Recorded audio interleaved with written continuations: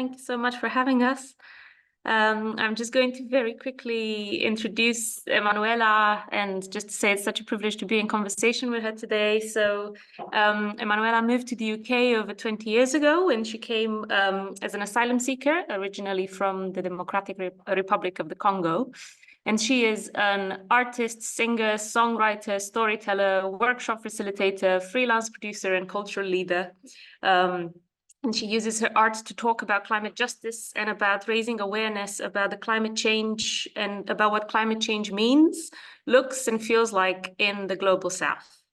And I had the pleasure to meet Emmanuela at the Counterpoint's annual retreat last October. The retreat was focused on climate and displacement, and it was aimed at women and non-binary people only. And one of the fellow artists said at the end of the retreat that every single time Emmanuela intervened, her interventions were critical because she was constantly drawing our attention to different systems of oppression. So thank you, Emmanuela, for joining us. And I'm just going to start off with a really big question, which is, how do you understand the connection between climate change and displacement in the context of DRC? Thank you, Dara. Thanks for that wonderful introduction, and thanks for having me. So my understanding of the connection between climate change and displacement in the context of the Democratic Republic of Congo is simply that that connection is more complex than what it looks like, or more than what it seems. In the Democratic Republic of Congo, the connection between climate change and in the Democratic Republic of Congo, the connection between climate change and displacement, it's more than just changes in weather patterns, global warming, floods, droughts, fire, which affect farming, productivity, livelihoods, habitats, safe homes, which in turn force people to displace, and people lose their homes because their homes are no longer safe. The environment in their homes can no longer provide them with the things they need in order to exist.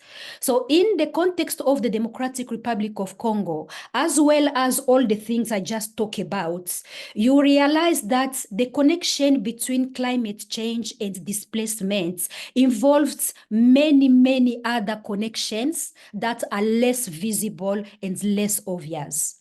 So this is how in Congo, you also have a connection between environmental destruction and mineral extraction, with multinationals and capitalism, with international politics, treaties, institutions, which in reality are simply new forms of slavery and colonialism.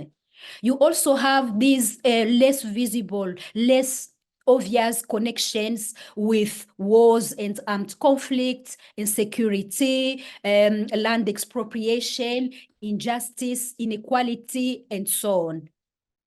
So today we don't have enough time to elaborate on these things, but really for us in Congo, our understanding of the connection between climate change and displacement, our personal experiences, is also these things I just talked about. I think last time I checked, Congo and Sudan were the two countries with the highest numbers of internal displaced people. I think you said last time you checked, they mentioned just Congo.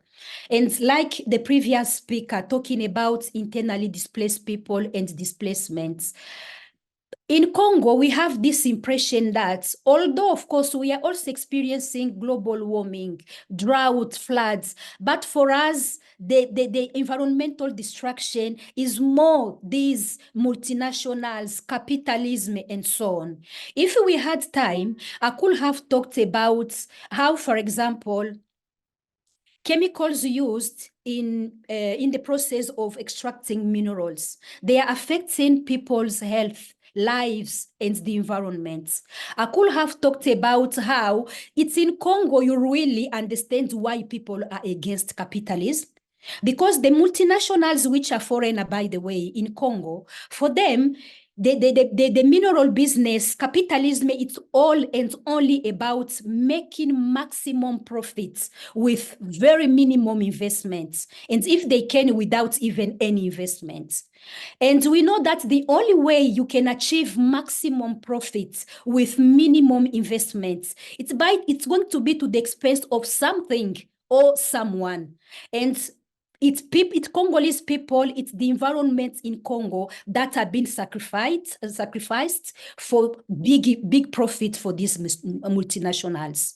I could have talked about something that is no longer a secret, or we shouldn't fear to talk about. It's no longer a secret that some multinationals in Congo funds wars and armed conflict.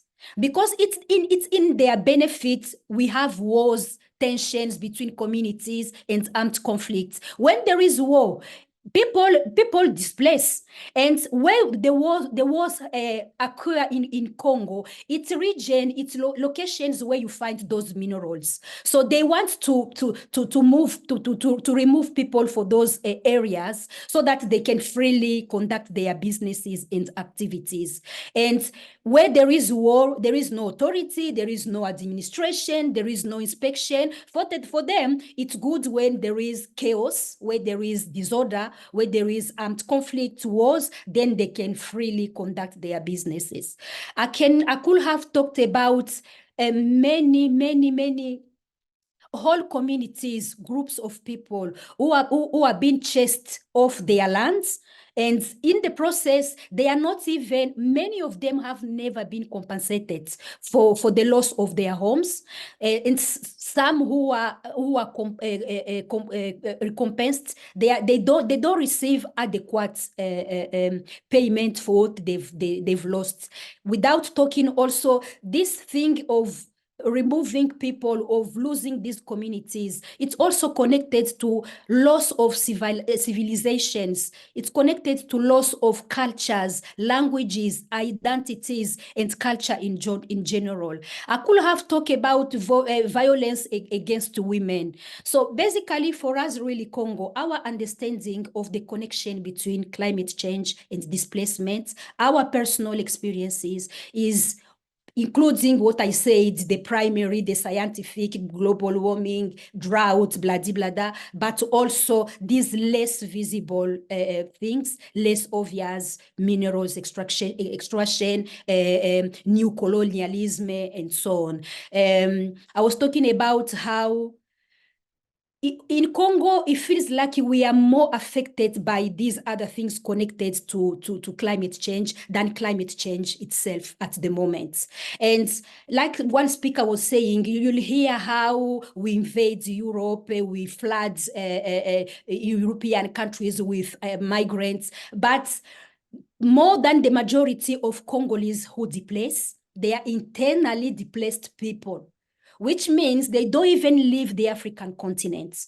Either they go to neighboring countries or they just move from one area within the Congo itself to another area.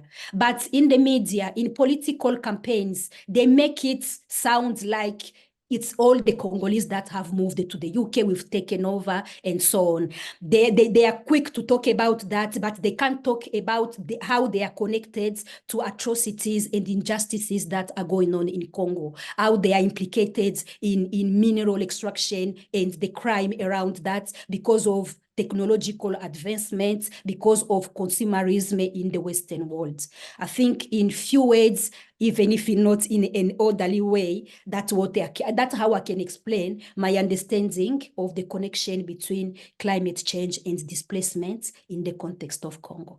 That's really incredible, Emmanuela. Thank you so much for giving us such an incredible, incredible summary, right, of how all of these systems are so connected. And I'm just going to ask you one more question, which is really about sort of opening up Refugee Week. So I just wanted to bring something in terms of context. The 1951 convention that relates to the status of refugees defines a refugee as someone who has a well-founded fear of persecution based on race, religion, nationality, and political opinion, Obviously, as we stand, climate refugees are not covered by this definition, so they are not guaranteed to receive protection.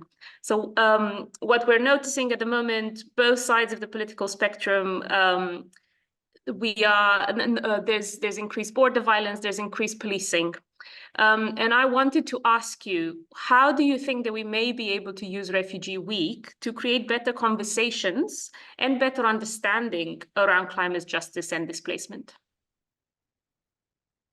I think Refugee Week could just, among other things, Refugee Week could keep climate conversations going with really this aim to raise awareness about the connections between climate change and displacement. I think it's important to talk about the other things that are connected to climate change, technological advancements, our consumerism, and so on. So maybe we just keep this conversation going with really clear aims and objectives, like educate maximum people about this connection. And as we're talking about this connection, we really gather evidences for them. We hear from people with different experiences. Then I think once we have these evidences, we can take them up to decision makers, to policy makers, and show them, like, since the last time you created this policy for migrants, we've had new developments. We have new realities. Things have changed. This policy we currently have, it's no longer really working because it doesn't reflect new realities. So maybe it's time to review the policies and to adapt them, adjust them to this new problematic we're experiencing around the world and connected to climate change. And really, maybe make climate talk not something that is just a one-off annual thing. We talk about it just in March or in June, then we wait again, maybe we'll get another opportunity to talk about it next year. If it's possible, let's talk about it throughout the year, in different places, in different formats, with different audiences. Then really we get maximum different experiences, perspectives, and stronger evidences that we can present to policymakers. I think that's one of the things we can try, and that's what I can think about at the moment.